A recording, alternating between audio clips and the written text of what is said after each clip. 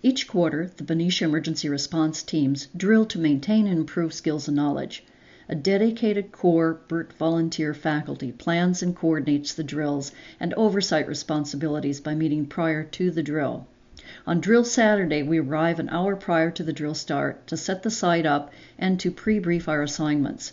In 2010, we are using the first two drills to prepare us for an all-city BERT drill we are calling a Hukilau, where we plan to pull together and test all of our emergency response skills so we will be ready as neighbors helping neighbors in times of any disaster. Over 50 BERT members attended this first quarter training. Hello, I'm Sue Balala. I've been trained here in Benicia to respond to emergencies, such as the drill that we're going to do today. And we have about 3 of these drills each year just to keep our skills sharpened up. And what we do is meet here at the fire station here in Benicia, and we have some sort of a emergency. This time it's going to be an earthquake that is bad enough that both of the bridges we have here are compromised, that there is really damage around the city. And we'll be forming teams so that we can go out and size up the area, figure out what the problems are, who's been injured, what sort of buildings have collapsed or whatever. But we, in the process of forming these teams, practice the incident command structure so that we have practice in having leaders and team incident groups and recorders and people who communicate with the radios, so that we get plenty of practice in this.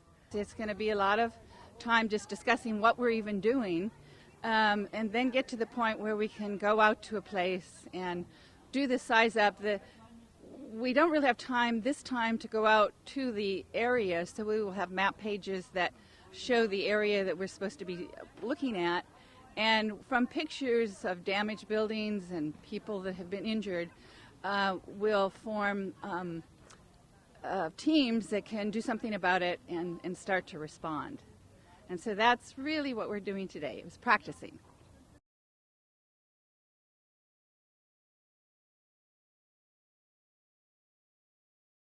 Today we're going to be practicing the fundamental element of team assembly, establishing a leadership organization, dispatching a team to do size up within your community.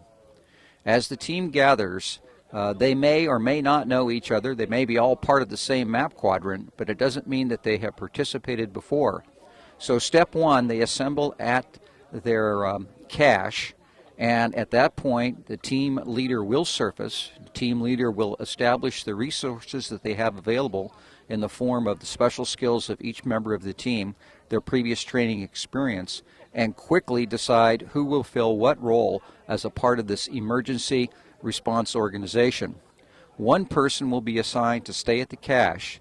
The rest of the team will put their radios together, and the team leader will designate assignments.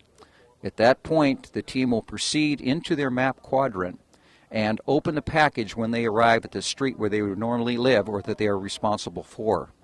At this point, they will review a series of photographs of various forms of damage associated with an arbitrary 6.5 earthquake on the Hayward Fault.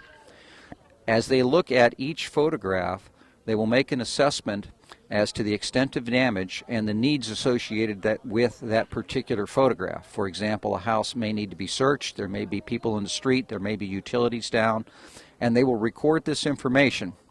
At that point, they may phone back to the person they left at their cache and relay urgent information, or they may complete their tour, their assessment of their area, report back to their cache, and at that point document the results of their finding. The team leader then would proceed to the ham radio person and give that person a briefing of the overall status of the damage to their particular map quadrant. The ham operator then forwards that information to the Emergency Operations Center, which then can be passed on to the professional authorities to allocate resources that are necessary within their community to rescue the greatest number of people within the shortest period of time. We'll do the drill first. The first time we'll time it, but it will be a little bit rough. The second time, people will be familiar with the expectations, and they'll get a little bit better sense of what they're doing, how they're doing it, and they'll try to do it as quickly as they can. So we're looking forward to this being a learning experience for everyone, and we hope we have a good day.